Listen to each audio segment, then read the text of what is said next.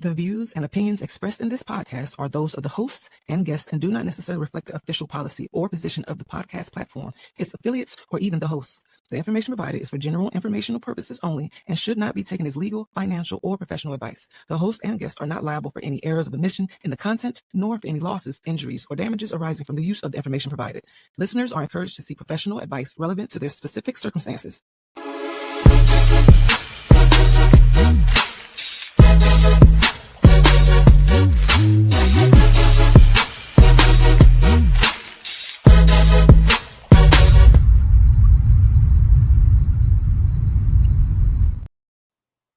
Are we live?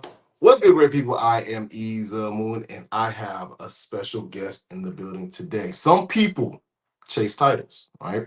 Others build lives that refuse to fit inside one. Today's guest is a woman whose story is layered with excellence, resilience, reinvention, and faith. From being raised between cultures and with extraordinary expectations, to surviving experiences that could have silenced her, to rising again with purpose. She represents what it means to become your own standard. This isn't just a conversation about success. It's a conversation about your voice, survival, identity, and the power of becoming. I welcome you, my audience, Dr. Aisha Marie. Hello, can you hear me? Yes, ma'am, we can. Okay, I can't hear you, so that's why I'm a little nervous. Oh no, you Yeah. can't hear me at all. No, but I'm reading lips. I'm doing pretty well right now, but I don't. Oh, you are doing amazingly well. That's scary. Did you want to back out and come back in? Back out and come back in. Okay, Yeah. Let me try. Give me 1 second. Got you. Y'all. So, how's your interview going there, sir? Is it okay? I could have sworn we said, hey, something always happens before the show. I could have sworn we kind of had that conversation. Something literally always happens before the show. But you know what, though, bro? I It's all good, love though. these moments. You know, like, oddly enough, bro, this literally is like a running joke from back when we first started. When I'll be like, producer. Yes. Oh, she's here. Yep. You got all right. I'm out. You guys have a good one. For sure. Okay, there we are. Okay. We got you? Yes. All right, awesome. All right. How you feeling? I'm feeling pretty good today. I am. How are you feeling? Man, honestly, I'm blessed and highly favored, and I'm going to stay in that mindset this week. Yes, ma'am. Let's get into Act One. I like to call this the grounding. Your story begins in what you described as a cultural melting pot. You know, you were raised by an immigrant mother and a Marine father who didn't want you to meet the standard, right? But become it. When you look back now, do you feel that built you or pressured you? I think two things can be true at once. I think anything that you build that's worth building does require pressure. I don't think that anything that I would want to build in my life, I don't think I would want that to be easy.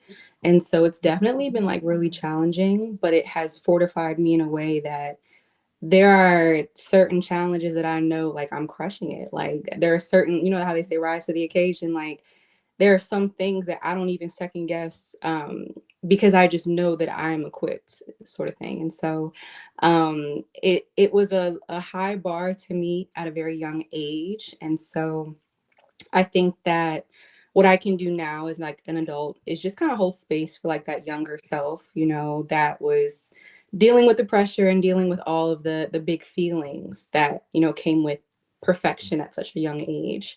But I think that I can also at the same time in my adult self be really grateful for, you know, how they showed up in my life. And especially in a lot of the work that I do, like working in social services, you really see how people you're navigating their experience, but don't really have a lot of mentors, don't have people to teach them life skills.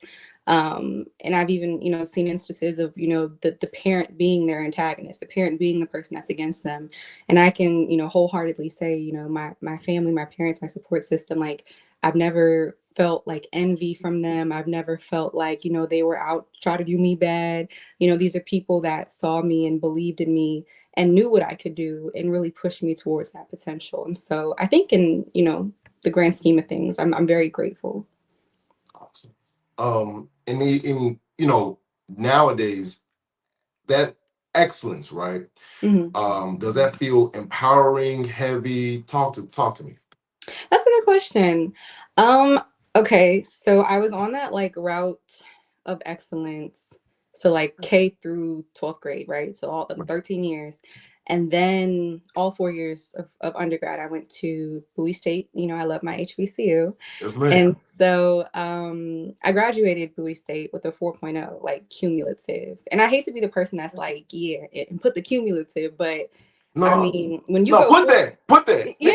like when you go 4 years, 8 semesters of having an A in everything, like that wasn't easy. I pledged, I did a lot of other things. I had my own nonprofit, and so um maintaining that excellence at that point in college, it wasn't like an expectation of my parents.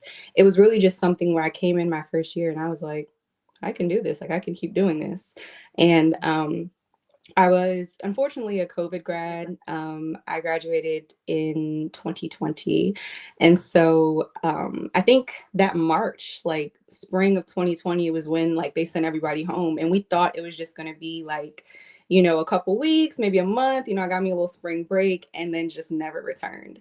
Yeah, so that was rough. But in the midst of all that, I was the first student to ever graduate from Bowie State University in their history since 1865 with a perfect GPA. So I didn't get, my flowers and my walk across the stage, but it happened. I did it.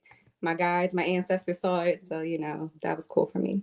Man, look, I want you to know that this space is here to give you those flowers and speak highly of you, because you are in fact Black history now. Oh, thank you. Since 1865. Come on, dog. You history. You are literally history now.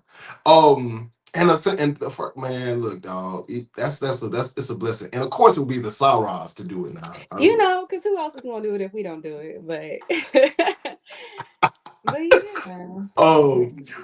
I want to get into you know it's kind of common in households, right? This phrase that your father told you that as a young Black girl, you'd have to work twice as hard to be seen as half as good, right? Yeah. With everything that you did, even with you being this literally a section of just Black excellence, do you still feel that expectation today? In terms of like how society views me, like the twice as hard thing.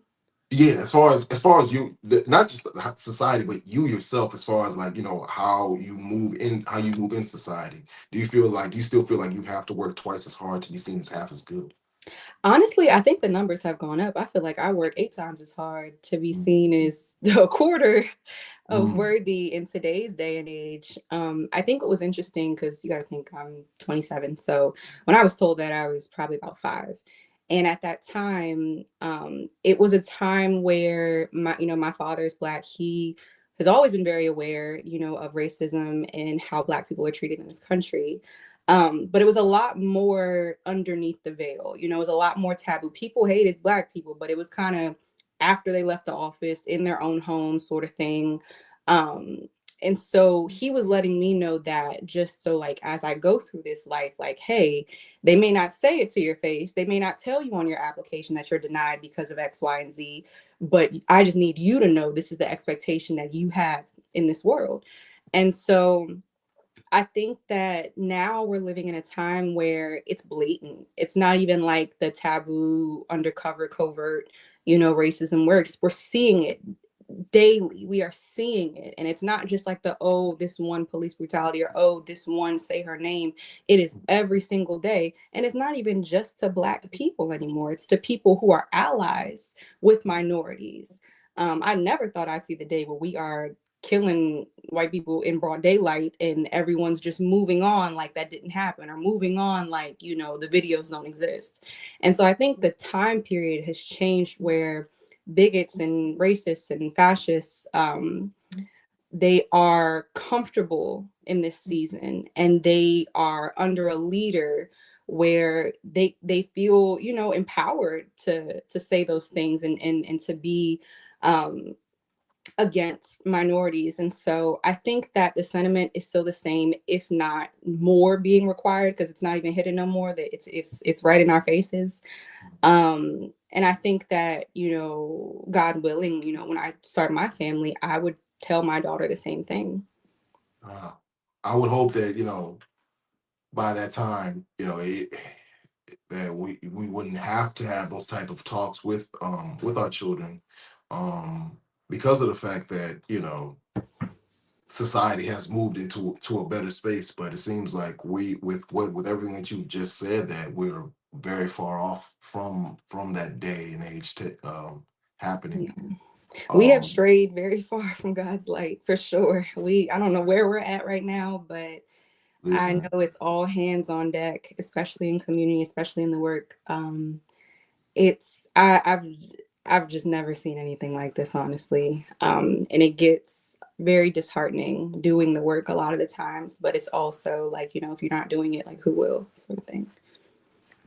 That actually brings to mind a question that I was actually going to.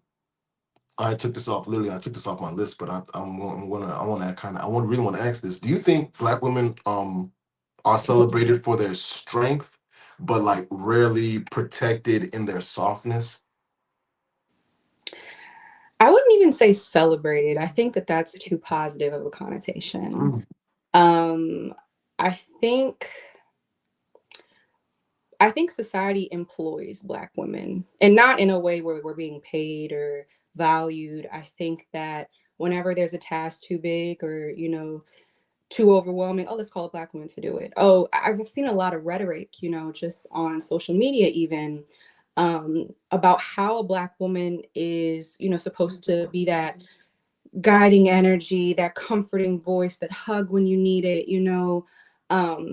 We are expected to be front lines fighting for every cause, not even just our causes, but, oh, Black men's mental health, why aren't you speaking on that? Like, why aren't you speaking on that? Like, I just, these are things that I just don't understand. And why is it always we got to wait until a Black woman gets up to do something? And, that's it. Just from our history, that has been it. Black women are the backbone of society. We raised your families and your children. We cooked your food. We took care of your homes. We did all of these things while you stole from us, while you ridiculed us, while you degraded us. This is like kind of somber, but it is Black History Month. Little known fact in like slave history is that slave owners, masters, were encouraged by their white wives to rape and sexually assault slave women, because in the patriarchy in that day and age, it's like, well, men are going to be men. That's been around forever. Men are going to be men. Men are going to cheat. They're going to have desires. And I would rather you go and victimize a Black slave than you to go and corrupt a nice innocent white girl down the street. And so they encouraged it with their husbands and with their sons. Black people were made to, like, teeth made out of furniture. Like, people were using our skin and skinning us, making us couches. And so it's always, I could go on forever, but it's just always this idea that we are meant to be the support staff. And I asked a question the other day on my social media, and I asked people to share some good news. And one of the first responses I got was, we need more Black women in the justice system because y'all fight for us. And I was just like, well, okay, we're not sharing no good news. This is not even like, where did this even come from? And I feel like whoever asked that question really didn't mean intentional harm by it, but it bothered me so deeply because it's just like that reinforced mindset where, Black women have to come and save the day. When is the last time you've protested in support of Black women? When's the last time that you've spoken up against femicide, against domestic violence? When's the last time you denounced R. Kelly and Tory Lanez and all your other people that y'all still play and still listen to? Okay. Black women make the least out of everybody. It's it's white man, it's white woman, and it's Black woman at the bottom of the totem pole. So even when we talk about women's rights, people get a little mad at me because I always have to specify, oh, I know I'm fighting for the Black girls. I'm fighting for Black women. That's not me saying I'm anti-brown woman or anti-white woman, but it's me very clearly saying we are not grouped together. This is not one large kumbaya of being oppressed. Y'all still have it better than us, still being paid more than us. And it's 2026. And so I don't even know what the question was asked, but I really I don't support this whole idea that, oh, I'm colorblind and it's 2026, Black people are judges, Black people are this and are that.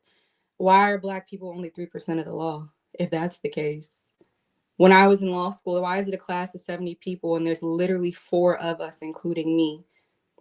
Why, if that's the case, and if we're really honoring history and what happened, why am I debating in February a team of white students about why Black people don't deserve reparations? Who are you to say? Who are you to say? Right. And so it's just unfortunate, everyone else kind of gets their piece of the pie, their reparations, in better positions. And then there's us. And so like you criminalize being Black, you hate us for being Black, but you kidnapped us over here to build what you wanted, and now we're not good enough to be a part of it. And so those are just some things I have issue with. Oh, look, I wholeheartedly respect the thought process, and you now have me reconsidering. I usually have a phrase that I champion that. Oh, well, if you want to be successful in life, you know what you need? A Black woman. But now I'm like, I legitimately, I go watch a while. I literally say this. I'm not mad at that. I mean, I think that there just has to be genuine value there. So don't say, oh, you need a Black woman when you want domestic help. What do you need when you're saying you need a Black woman? Are you looking for a Black woman to have a family with and to grow old with? Are you looking for someone to have shared values with and create memories? Or are you looking for someone to give you a child and take care of your home while you go do what you do, sort of thing? I think that if you're going to say that you need a Black woman or you value Black women, like there has to be action behind that. It's not just your preference or who you'd like to date or what skin color. It's showing up for those fights. There shouldn't be anybody that's connected to me or says that they're my friend or says they love me and you still follow Tory Lanez or you still bumping R. Kelly. It's just not like you don't care about Black women. And people, oh, it's not that deep. I like the music, not the artist. It is that deep. It is that deep. Tell me, if you got jumped in your neighborhood or something horrific happened to you, or even if you were sexually assaulted, would you want your mom and uncle and cousins and so still bumping their music, still following them, still supporting them? It'd be a problem. If these things happen to your sisters and your daughters and your aunts, oh, it's up. It's all smoke. Like we're not holding back. But it's this idea that issues have to come and knock on your front door for you to care. That's what I don't respect. And so I think it's okay to say that you love Black women and you need a Black woman and all of these other things. But I think along with I need a Black woman needs to be a whole lot of fine print about how you intend to value her, protect her, and defend her, because you will need to. I respect that. I'm at a loss of words because I'm over here thinking that I thought that the part of my work was to also platform these voices, platform these opinions and these thought processes so that people can get an understanding of the reasoning why. Because I feel like every person I've sat with is like successful in their field and is doing something to you know build a bridge for the people coming up behind them to be able to walk across. And that's why I'm like that's why you're right. You are absolutely right. You are absolutely right. Man, you're absolutely right. Thank you for that. I want to get into, you know, you once said that speaking up as a child was often labeled disrespect, and I can tell you right now, as as a Nigerian American, I definitely can understand that. d- do you think though that's where your hunger for advocacy was born? Definitely. Because, well, it's like a mixed story. So because I grew up in an interracial household, my mom's Asian. I grew up going to we call it monastery, but it's like church, but they have monks and things. Yeah. So I remember going to these places with my mom, and all the Asian aunties are coming around and they're like, oh yeah, my son's a surgeon, my son's a doctor, all the, engineer. And I remember my mom kind of just being like, ooh, she wants to be a lawyer. Oh, my bad. Like, and it wasn't really accepted. It wasn't like this was something that she could go brag about. But I just had never had any interest in, medicine or anything like that. Um, I just knew that I wanted to have a voice because that was something that I'd never really got to have, I felt. And not just have a voice, but to be a voice for others. And I can say, like, I'm very deeply empathetic. And just when I think about like some of my lowest moments, I got through them, but I also think about like the people who have gone through similar things and they're doing it by themselves. And that just breaks my heart. I just can't take it. And so, um, I didn't really know what the word would be. To me, like lawyer just seemed like something that could make her semi-proud, but that would also have, that ability to speak. And I wish that I had more exposure younger to nonprofit careers and social work and advocacy, because I'm very grateful for my legal background. I think it gives me a lot of credibility. But I think that there are a lot of other ways to kind of get to being that voice that don't necessarily include law school and whatnot. That's okay. I I I'm wondering, how powerful is it now? Is it to now, build a life around, the very voice that you were once told to silence? It's a great question. Um, it's very surreal. Like honestly, like I feel like I've done a lot of these. I've done a lot of interviews and things, and so like I'm kind of used to it from one aspect. But at the same time, it definitely blows my mind that like people still want to hear me talk. Like I don't know if I'll ever like if that'll ever feel normal. I remember my first time that I publicly shared about my domestic violence experience. I'm not sure if that was in your research, but It I is. am okay. It's coming up. I'm um I'm an advocate for survivors as well. And so I remember the first time that I publicly sat down in front of strangers and tried to tell them my story. And it happened to be through poetry. There's this organization in Baltimore called Turnaround. Yeah. And what's crazy is when I was in college, I targeted them as a place I wanted to donate to. And so like my team and I, like we did a whole big, beautiful project for them. And I did that not even knowing that I would be using their services like in a few years after that.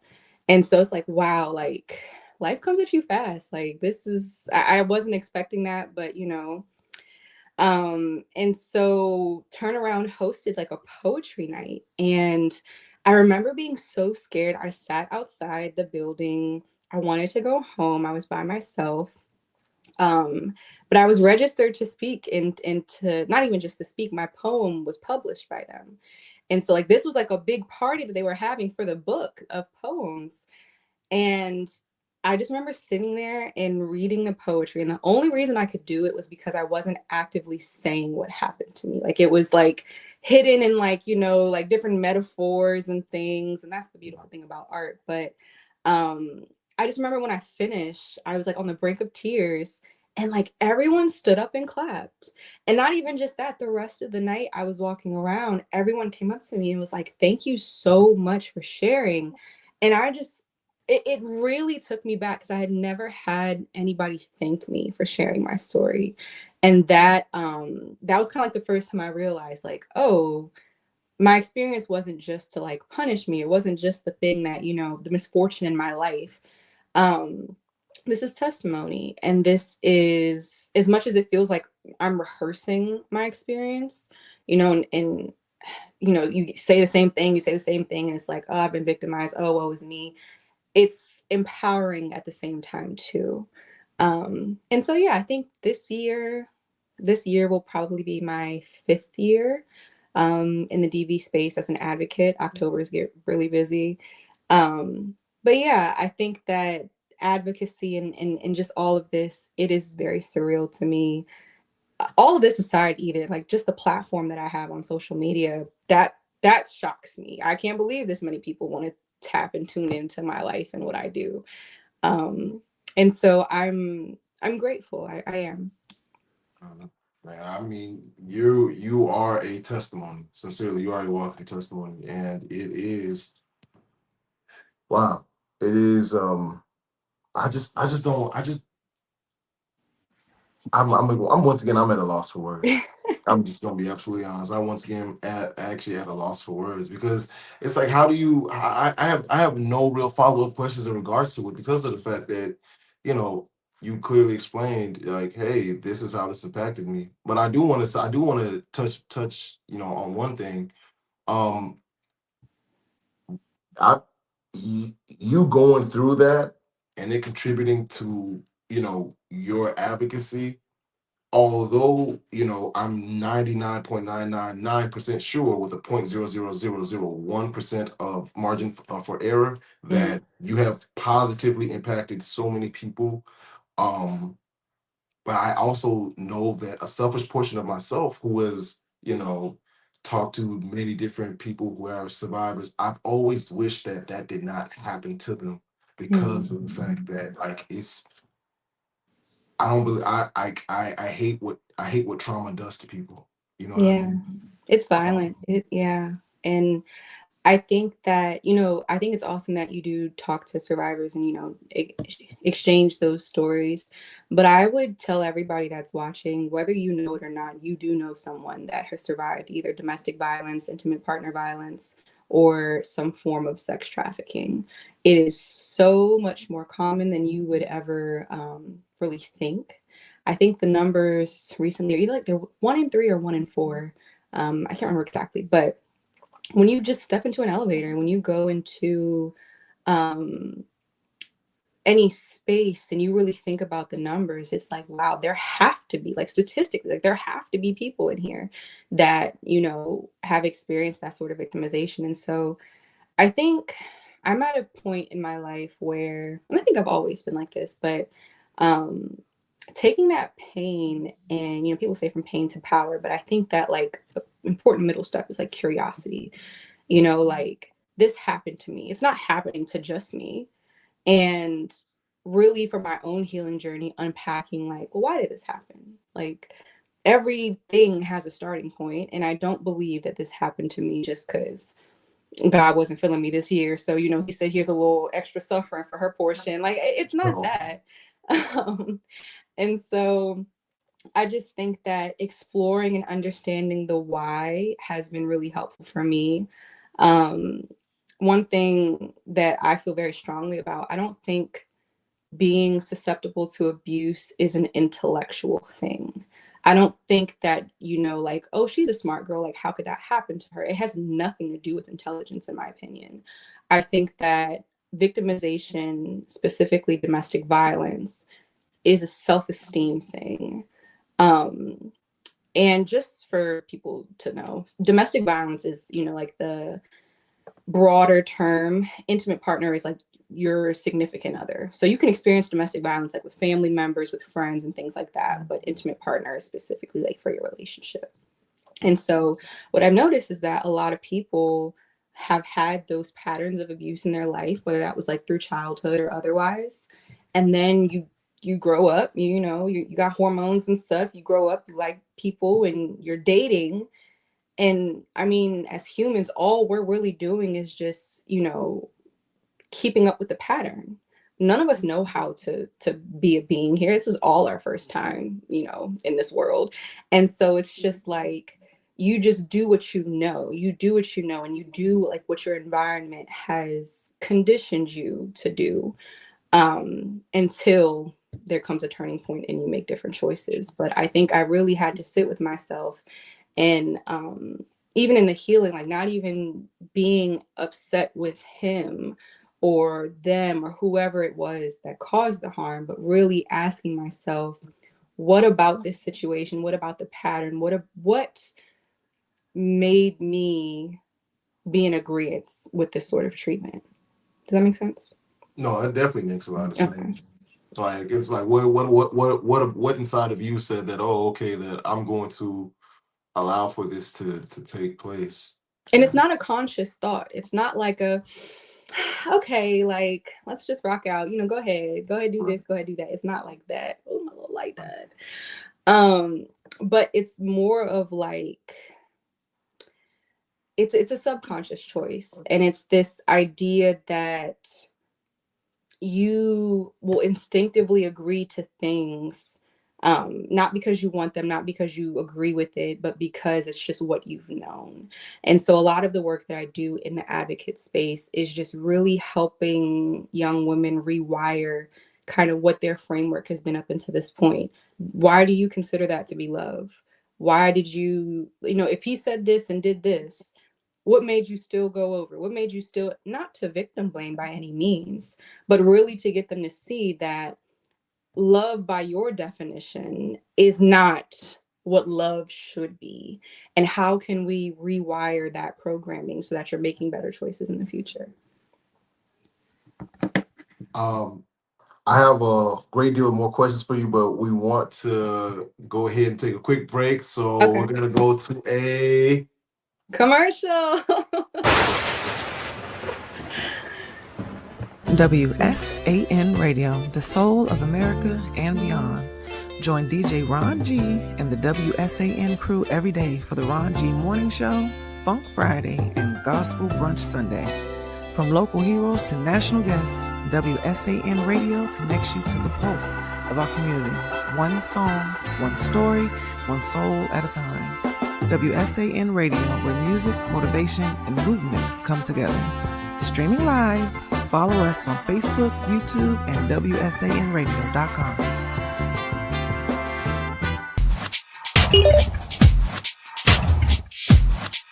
Got me together with this two-piece. It's the good leggings, no see-through business.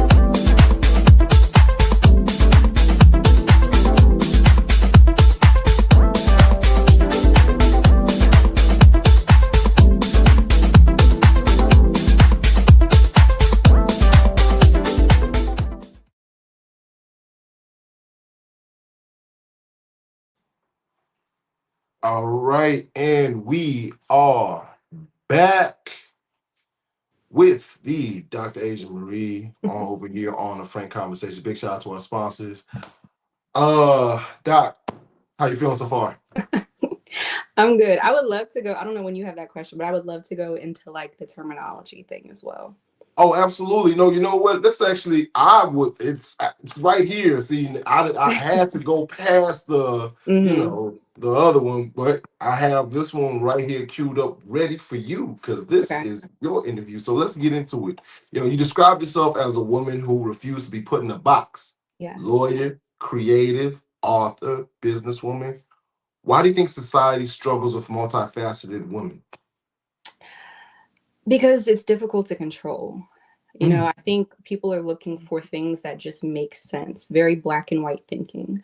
But there's nothing about, you know, this world that's black and white. Everything has a shade of nuance. And I think that it's a larger conversation, but I have very strong views about the patriarchy. Um, Hey, this is the space for you you. know, I mean, but You, it would take like this it is would the have to space be for like you. it would have to be a whole series. It's like foundational things that would have to be understood first. But all of this to say, we live right now in a fascist government, unfortunately. And what people don't realize is a key part of fascism, the thing that holds it together, is patriarchy. It's this idea that you have the authoritarian governing father, you have the submissive, uplifting you, do as you say wife, and everything else is under your regime as an authoritarian. And so our government is modeled in a similar way. And that's why we live in this world of, you know, it's a man's world, you know, you can have anything you want. It's not the same for a woman. And so it was so interesting to me. I've always been very dynamic. And when I got to law school, somehow, God is so good, somehow, um, Rihanna's PR firm reached out to me, and I was at Kava. I was getting my bowl. It was just like a random day, and I just got this email and was like, "Savage X Fenty would like to cordially invite you." And I almost fell out. I almost dropped my feta bowl. But yeah. So I was like, oh my goodness, wait, you want me to come? It was just a grand opening. It was a grand opening in DC. You know, this was like when she was first opening stores.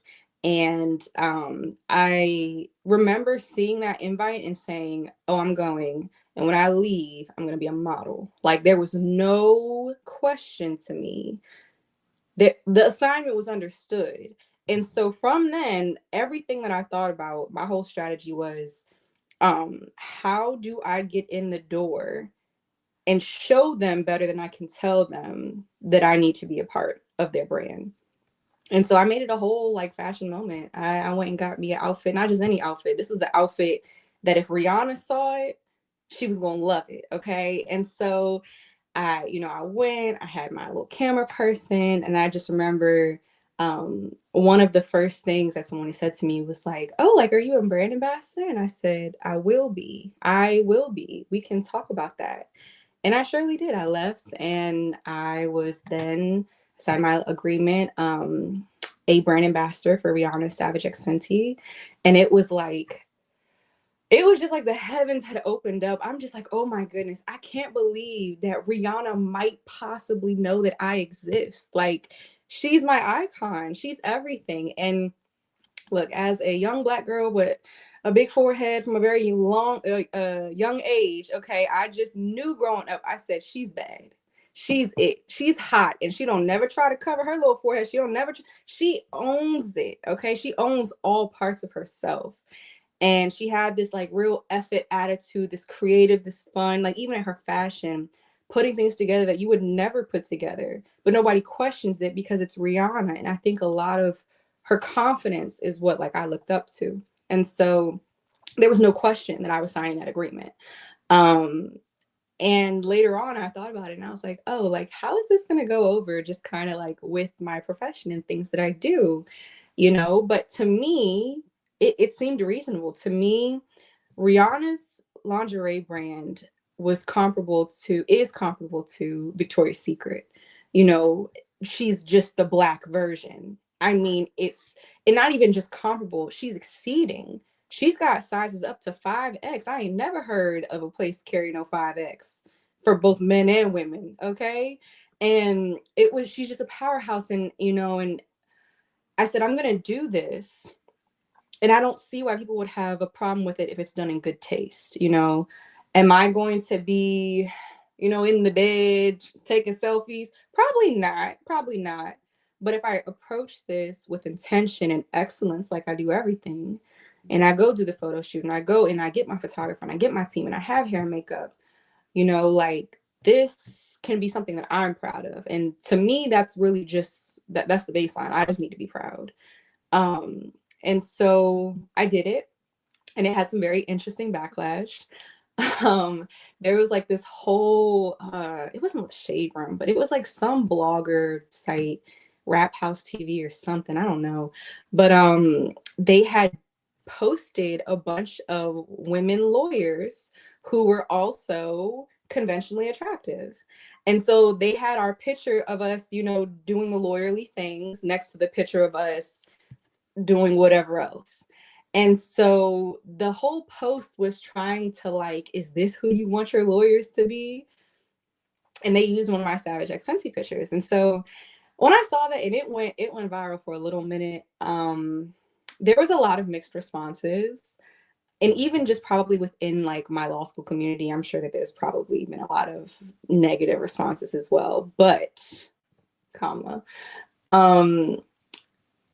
I can't listen to the noise. If I sat here and only did what y'all wanted me to do, I would be wearing beige and gray every day. I wouldn't have no color, no personality. I would only speak when spoken to. Like, no, we are all here on borrowed time, blissfully unaware of when we will be collected. And so it is really my mission to have all of the fun, all the experiences, do all the things that I can possibly do. And even with the backlash, like I did a case with a partner, and he, you know, was great in law school, but I thought about it. I'm like, if Patrick became a Calvin Klein model, no one would care. Like, no one would care. If he was here doing law school and then on the weekends was modeling, they'd be like, oh, you're so cool. Like, how do you do so many cool things? But when it's a Black woman, it's negative. It's looked down upon. Now I'm degrading the profession. Like, yeah. So all of that to say, society wants to put you in a box because it just makes the most sense in their brain. And that's not what my purpose is here. I'm not here to make sense to people. I'm not here to be liked. I'm not even really here to be respected. I'm here to be me. I'm here to be me. And I think if more people did that, they would spend a lot less time policing the lives of others. That is a powerful statement right there. I'm not here to be liked. Honestly, I'm not even here to be respected. I'm here to be me. And you're right. I feel like if people definitely did step into, you know, owning who they are and all the parts of themselves, it'd be a lot less judgmental and a lot less, um, I guess, you know, BS in between and drama between people. You know what I mean? Like Yeah. I've always felt as if what would make the world move a little bit better is kindness, empathy, and understanding. That's just how I am. That's just what I believe. Mhm. But yeah, if people own more of themselves, I think that could assist with that, right? I think a lot of the naysayers, because there are some women that don't like how I am. There are some Right. the men that don't like how I am, just mad because they can't control me. You can't even have me. You can't even get in the room next to me. So I don't know what you're mad for. That's why you're mad. The women, I've noticed that there is a particular resentment when you're doing what they want to, but feel like they can't. And so because you feel like you can't post a certain way, or you feel like you wouldn't be bold enough to do the thing, now you have to hate on the next woman that's doing it. That's whack. Don't do that. And my favorite quote, I think it's from like Rick and Morty. Hey. It was this one episode, and he was like, "Your boos don't bother me. I've seen I what you seen what you cheer were at. yeah. I've seen what you cheer at. Oh, Yeah. yuck! I don't. Yeah. If that's what you support, I don't want you to respect. I don't want you to respect me. I don't want you to like what I have going on. No, I feel that. I feel that. That is no, I definitely feel that. Um I I I don't I was gonna say that I thought they would just be hating on the forehead. You know what I mean? Like, You're funny. usually, because usually if you got a big forehead, you're more than likely a baddie. If it's like a You five, know. if it's a 5 head, it's like, oh yeah, that's a baddie. 6 head, but you know, nice little 4.5 head, 5 head, you more likely top tier. But nah, it should. I wholeheartedly respect what it is that you conveyed. Now, come on, tell me What's up? about the terminology. Like Okay. I want you to have this Yes. clear lane. Matter of fact, hey, put on the big screen. Put on the Oh big. my no! Don't. Give her the full thing. Oh my goodness. Okay. So how do I want to start this? So my name is Asia Marie. My credentials is JD. Well, it's BS and then JD, but JD. And so what that means is Juris Doctor. It is a doctorate degree. So like you have a PhD, you have other things. It is the highest terminal degree that you can get in a subject is a doctorate. And so I have a doctorate. And so technically, depending on what circles I'm in, I have church people and stuff call me Dr. Barnes, Dr. this, Dr. that, because I am technically a doctor. But the JDs, it's the Doctor of Jurisprudence. And that is basically saying that like you are a professional, a doctor in the law. And so that's, jurisprudence is like the theory or philosophy of law, like the fundamentals to how you argue and things like that. And so, so I have a JD, I have a doctorate. It's not commonly referred to as doctor. Like normally when you say doctor, it's a PhD or some other EDD. Yeah, exactly. Yeah. And then another thing I want to clarify is that I do refer to myself as a lawyer, but there's a lot of confusion around being a lawyer versus being an attorney, and I'm here to make it clear for y'all. So an easy rule of thumb is that every attorney is a lawyer, but not every lawyer is an attorney. Does that make sense? Yeah, absolutely. Kind of, okay. And so a lawyer is a person that has matriculated through professional legal schooling. You've gone to law school. You survived. And I say survived wholeheartedly because law school will literally take you out. My goodness. And then you have graduated. So you have earned your merits as a lawyer. You're a legal professional. You can give advice. You can draft contracts. And a lot of like law school, like I did a lot of research. And so I did legal research. So I have a lot of background on specific topics, race being one of them. So that's a lawyer. I'm not an attorney. Okay. An attorney is someone who has Esquire at the end of their name. So instead of JD, it would say ESQ. And that just means that they are a lawyer that has gone to law school, but has also sat for the bar exam and passed the bar exam. And all a bar exam means is that you are licensed to represent someone in the court of law. And so I don't know if you have watched TMZ recently, but at the end of TMZ, the segments, there's this, I can't remember what his name is, but it says, I'm a lawyer, because the guy that runs TMZ, Harvey Levin, he's a lawyer. I don't know if he's an attorney still. He's not actively practicing, but he is a lawyer. And so I just wanted to clear that up because people are like, when they hear lawyer, they assume that I'm in court. And I'm just like, no, like I'm not in court. I'm in community, and that's where my heart is.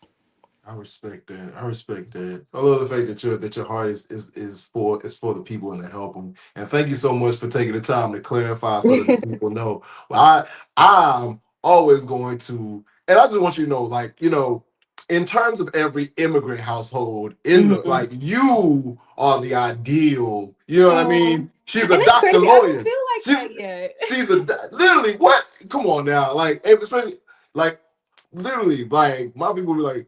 She said, Dr. Lawyer. Dr. Lawyer. This is the one. I said. But honestly, it's like, so this is just like a personal thing for me though. Like, I don't think I've shared this, but so I went through my abusive experience while I was in law school. And I started law school during a pandemic. So I was in virtual law school, which was nuts. But I was also living in isolation with my abuser at the time. And so being the girl that just had the 4.0, like I'm so smart, I do all things excellently. I was struggling, I was failing, and I was really feeling like I don't belong here, like this isn't for me. And I was having that echoed back to me.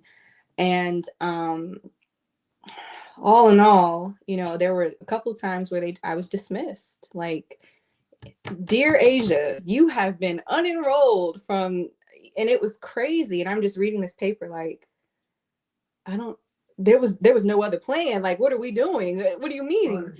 And so I appealed and I won all my appeals and I walked that stage. And so I think as I'm in my survivor journey, I've grown a lot. I'm in a tremendous space, much better than I ever have been. But I think I'm still working on that confidence to sit for the bar. I've just never sat for it. I know like y'all see like Kim Kardashian has taken the bar like 12 times. Kim Kardashian can afford to take the bar 12 times. The bar is Yeah, actually I was about to very say, expensive. like, It is. No, honestly, like with the class and all the other things that you have to add up, it comes out to about like 3-4 bands.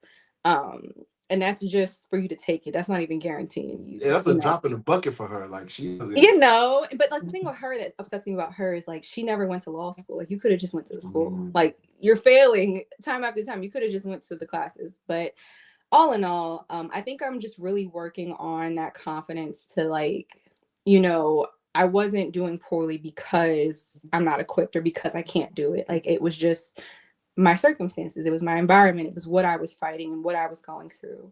And I think that when I can get over that hump, then I'll definitely be intentional about sitting for the bar. It's something I want to do, but it's just not super necessary for what I'm doing in my field right now.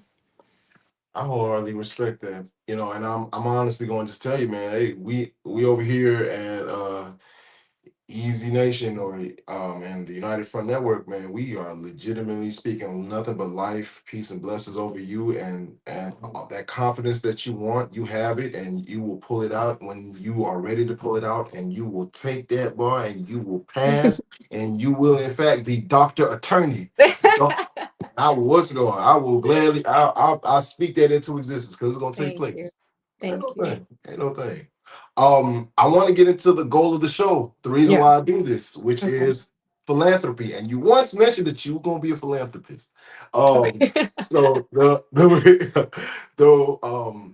goal of the show is philanthropy, garnering support from the audience and putting it towards a charity or nonprofit that you care about. What Okay. charity or nonprofit would you like to spotlight today, and why is the cause of the faces so important to you?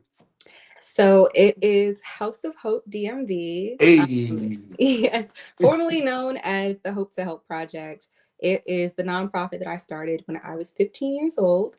And I was just a baby in this world. And all I knew is that I wanted to help people when they needed it. Like that was the baseline. It was who's in need of support and how can we fill that gap. And so our commitment is to inspire hope in communities one person at a time, doing a lot of I worked with unhoused populations since I was 15. And so I would spend my weekends and I would go to like Union Station and go to areas in DC, and I would bring care packages. I would bring Chick-fil-A sandwiches. I even brought teams of cosmetologists and barbers to like local shelters, and we had Sunday barbershop and home cooked meals, not peanut butter and jellies, but like really treating people like people and seeing them. And so, you know, doing that so young, it just made me realize like if I can change one life, I can't end homelessness today. I would love to, but I can't. And if I can just impact one life, like that's the world. Like we really forget how important individuals are in the greater community.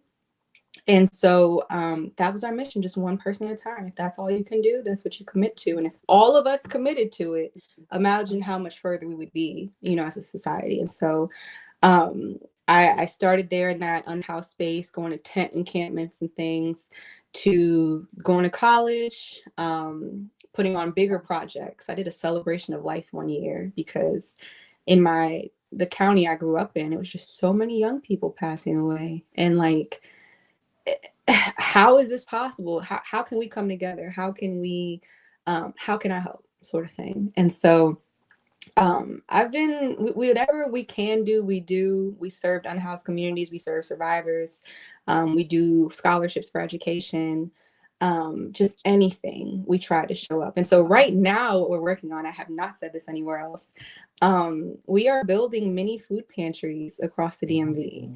And so this started when that first, like that government shutdown happened, and it was blowing my mind to hear that food banks were empty. Like, what do you mean food banks are empty? How is that possible? Where are people supposed to go for support? And so you may have seen like these little mini houses, mini mailboxes. And the model normally is for books. You know, you leave a book, you take a book. But I want to change that to be a food pantry, an essentials pantry, to where you might have this little thing at your local church or shopping center or somewhere in the trenches, I don't know. And you can open the door, it's gonna have different levels, like a little house, and you can take whatever you need. You give what you can, take what you need. And so I just left Lowe's with the contractor, and so he's got the design. We're building these little houses and trying to find places to put them. And so that is what we're currently working on. Man, that is absolutely amazing. Like, that is awesome. And I cannot wait to guide people towards those places, the ones Yeah. that are in need.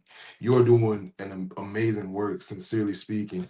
And hopefully, those who are underneath the sounds of our voices, whether they're watching this live or playing this back in the future, they donate their time, energy, or effort or resources towards House of Hope. Thank you so much for spotlighting that. Sincerely, Thank you. Thank you for the opportunity. not a problem. Before we close out, Okay. we like to close with words of wisdom, right? Oh, okay.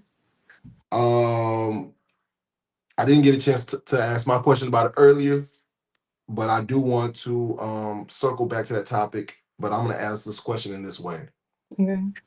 what words of wisdom would you say to the woman that is watching this, that is Mm. strong in public but suffering in private?